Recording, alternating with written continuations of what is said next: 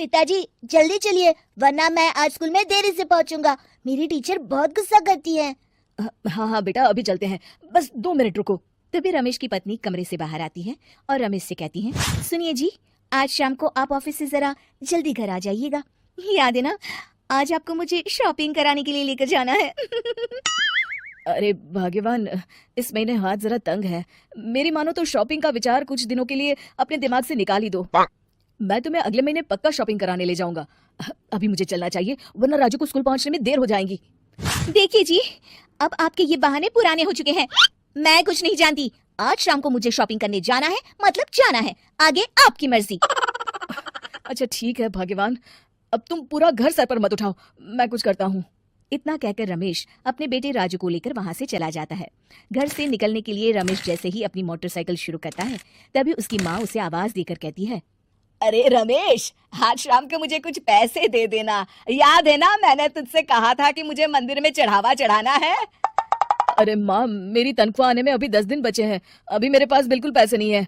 हाँ, मेरी तनख्वाह मिलते ही मैं तुम्हें पैसे दे दूंगा। रमेश की माँ चिढ़कर कहती है, अरे तेरा दिमाग तो खराब नहीं हो गया? मैंने तेरे भरोसे मंदिर के पुजारी जी से वादा कर दिया है और तू कह रहा है कि पैसे नहीं है। अब मैं पुजारी जी को क्या जवाब दूंगी? तुझे तो मेरी इज्जत की भी कुछ परवाह नहीं है। अच्छा ठीक है माँ, अब तुम गुस्सा मत करो, मैं शाम तक कुछ इंतजाम करता हूँ। इतना कहकर रमेश वहां से चला जाता है। फिर दोपहर को जब रमेश अपने दफ्तर में बैठा होता है, तब उसे अपनी पत्नी और माँ की बातें याद आती हैं।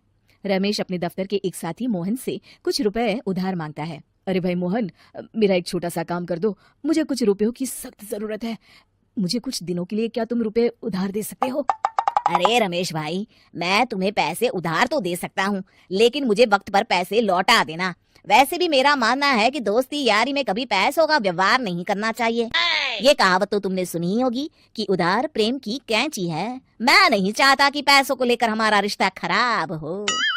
अरे मोहन, तुम बिल्कुल चिंता मत करो, मैं तुम्हारे पैसे वक्त पर लौटा दूंगा। फिर मोहन रमेश को पैसे दे देता है। शाम को घर आकर रमेश कुछ पैसे अपनी माँ को देता है और साथ ही अपनी पत्नी को भी शॉपिंग कराने बाजार लेकर जाता है। रमेश की पत्नी और उसकी माँ का स्वभाव जरूरत से ज्यादा खर्चीला होने के कारण दोनों हमेशा बेवजह पैसे खर्च करती हैं। फिर एक दिन, सुनिए जी, अगले हफ्ते हमने छुट्टियों में कहीं बाहर जाने का प्लान बनाया था। आपने पैसों का इंतजाम कर लिया ना? अरे अभी कहाँ, अभी तो मेरे पास बिल्कुल पैसे नहीं है, हम कभी और चले जाएंगे। देखिए जी, मैंने सभी सहेलियों से कह दिया है कि मैं बाहर घूमने जा रही हूँ। अगर मैं नहीं गई तो सब मुझ पर हंसेंगी। आप कहीं से भी पैसों का इंतजाम कीजिए जी। इतना कहकर रमेश की पत्नी वहां से चली जाती है। वहीं दूसरी तरफ रमेश की माँ भी तीर्थ यात्रा जाने की जिद करती है और रमेश से पैसे मांगती है। फिर अगले दिन रमेश एक सेठ से पैसे उधार लेकर अपनी पत्नी और बेटे को घुमाने ले जाता है और अपनी माँ को भी तीर्थ यात्रा पर भेज देता है। लेकिन जैसे ही रमेश अपनी छुट्टियां बिताकर वापस आता है, कर्जदार उसका जीना मुश्किल कर देते हैं। इतना ज्यादा कर्ज एक साथ अपने ऊपर देख रमेश काफी परेशान रहने लगता है।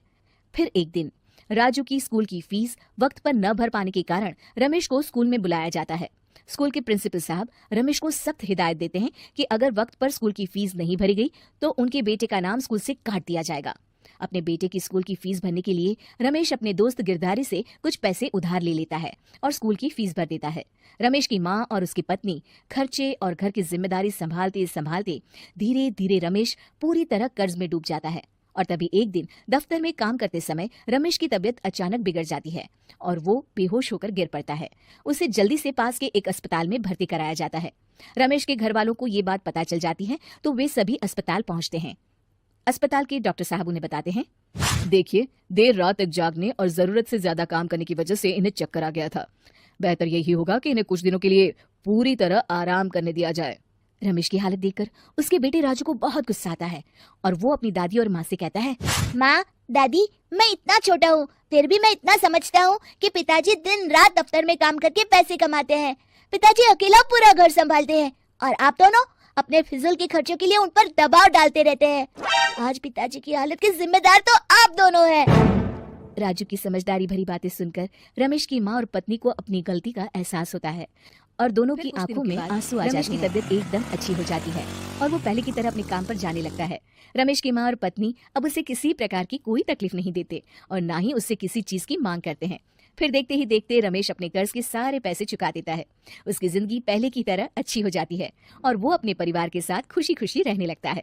शिक्षा हमारे रिश्ते एक तराजू की तरह होते हैं, जिसकी दोनों ओर जिम्मेदारी और समझदारी का कि वजन आपको हमारी ये बराबर कहानी पसंद आई होगी।